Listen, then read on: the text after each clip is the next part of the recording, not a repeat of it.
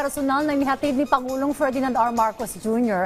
ang iba't ibang mga programang pangkaunlaran sa Tarlac sa ilalim ng Bawat Bayan Makikinabang program. Namahagi ang Pangulo ng ating sa 10 kilo na libreng bigas sa mga benepisyaryo, Social Civic Projects Fund sa mga barangay at suporta sa pag-aaral ng mga presidential scholar. Ang detalye sa report ni Kenneth Pasyente.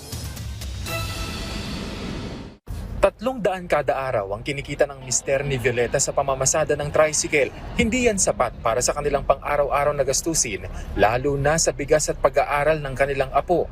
Kung minsan walang pasok ang mga mag-aaral, wala. Oo. Kaya uuwi siya magdala ng 100. Mahirap yung ganun. Talagang mahirap na mahirap. Kaya ako, nangalayat na ako sa paghihirap ng buhay namin. Maiibsan na ang hinaing na yan ni Violeta dahil isa siya sa mahigit 3,000 mga benepisyaryo na nakatanggap ng 10 kilo ng bigas. Sa ilalim yan ng Bawat Bayan Makikinabang program na umarangkada sa Tarlac City sa pangunguna ni Pangulong Ferdinand R. Marcos Jr. Ayon sa Pangulo, bahagi ito ng hakbang ng national government na mas ilapit sa mga komunidad ang mga tulong sa tulong ng mga lokal na pamahalaan.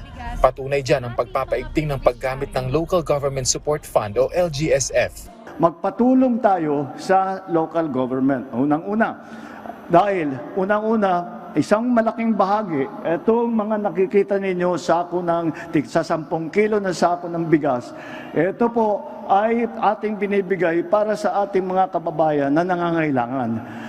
Nakakalungkot po, pero ang katotohanan, marami pa sa ating mga kababayan na hindi nakakatiyak na makakain. Kahit sa isang araw, minsan lang kumakain, o sa 2 araw, 2 beses lang kakain.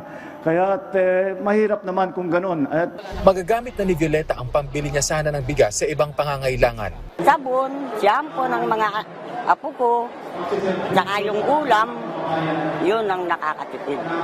Bukod sa bigas, kabilang din sa ipinamahagi ng Pangulo ang Social Civic Projects Fund sa 511 barangay sa probinsya. Kada barangay makakatanggap ng tig 200,000 pesos. 100,000 rito ang para sa kanilang mga proyekto, habang ang kalahati ay para sa 5 presidential scholars na tatanggap naman ng tig 20,000 pesos.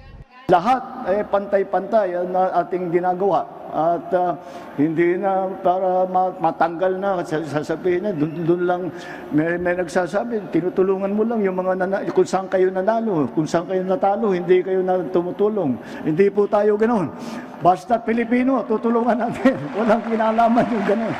Sa kabuuan, 2,555 ang bilang ng presidential scholar sa buong probinsya, kabilang na si Princess. Sobrang laking bagay po kasi as 4th year na sabay po yung thesis and OJT po.